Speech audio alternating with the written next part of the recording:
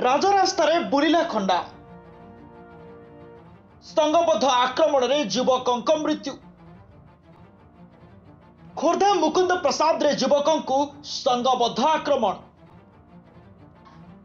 ଖଣ୍ଡାରେ ଯୁବକଙ୍କୁ ଆକ୍ରମଣ କରିଥିବାର ସୂଚନା ମିଳିଛି।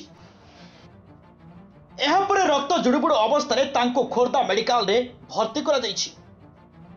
ସେଠାରେ ସମ୍ପୃକ୍ତ ଯୁବକଙ୍କ ମୃତ୍ୟୁ ହୋଇଥିବା ସୂଚନା ମିଳିଛି। ଯୁବକଙ୍କ ମୃତ୍ୟୁ ପରେ ଘଟଣାସ୍ଥଳରେ ଉତ୍ତେଜନା ସୃଷ୍ଟି ହୋଇଛି। ଖୋର୍ଦ୍ଧା ମୁକୁନ୍ଦ ପ୍ରସାଦ ଅଞ୍ଚଳରେ ଉତ୍ତେଜନା ଘଟଣାରେ ଡିଜିପି କହିଛନ୍ତି, ଆଇନକୁ କେହି ହାତକୁ ନିଅନ୍ତୁନି। ଯାହାର ଯାହା କ୍ଷତି ହୋଇଛି ଆକଳନ କରାଯିବ। କ୍ଷତିଗ୍ରସ୍ତ ପରିବାର ଥାନାର ଦ୍ୱାରସ୍ଥ ହୁଅନ୍ତୁ। କିଛି ଅଭିଯୁକ୍ତଙ୍କୁ ଚିହ୍ନଟ କରାଯାଇଛି। ଗଣ୍ଡଗୋଳ ଅଭିଯୁକ୍ତଙ୍କ ବିରୋଧରେ କାର୍ଯ୍ୟାନୁଷ୍ଠାନ ହେବ। ବରିଷ୍ଠ ଅଧିକାରୀମାନେ ମଧ୍ୟ ଗାଁରେ ସ୍ଥିତି ଅନୁଧ୍ୟାନ କରିଛନ୍ତି।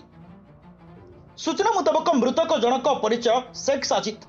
ତାଙ୍କୁ ପୋଡ଼ାସାହି ଗ୍ରାମର କିଛି ଯୁବକ ସଂଘବଦ୍ଧ ଆକ୍ରମଣ କରିଥିଲେ। ଘଟଣାସ୍ଥଳରେ ଖୋର୍ଦ୍ଧା ପୋଲିସ ପହଞ୍ଚି ତଦନ୍ତ ଆରମ୍ଭ କରିଛି। ଏଡିଜି, ଆଇଜି, ସିଆର୍ ଓ ଜିଲ୍ଲାପାଳଙ୍କ ଘଟଣାସ୍ଥଳରେ ପହଞ୍ଚି ସ୍ଥିତି ଅନୁଧ୍ୟାନ କରିଛନ୍ତି। ଟାଉନ ଥାନା ଅଞ୍ଚଳରେ ହତ୍ୟାକାଣ୍ଡକୁ ନେଇ ଉତ୍ତେଜନା ପରେ ବଳବତ୍ତର ରହିଛି BNSS 163 ଧାରା।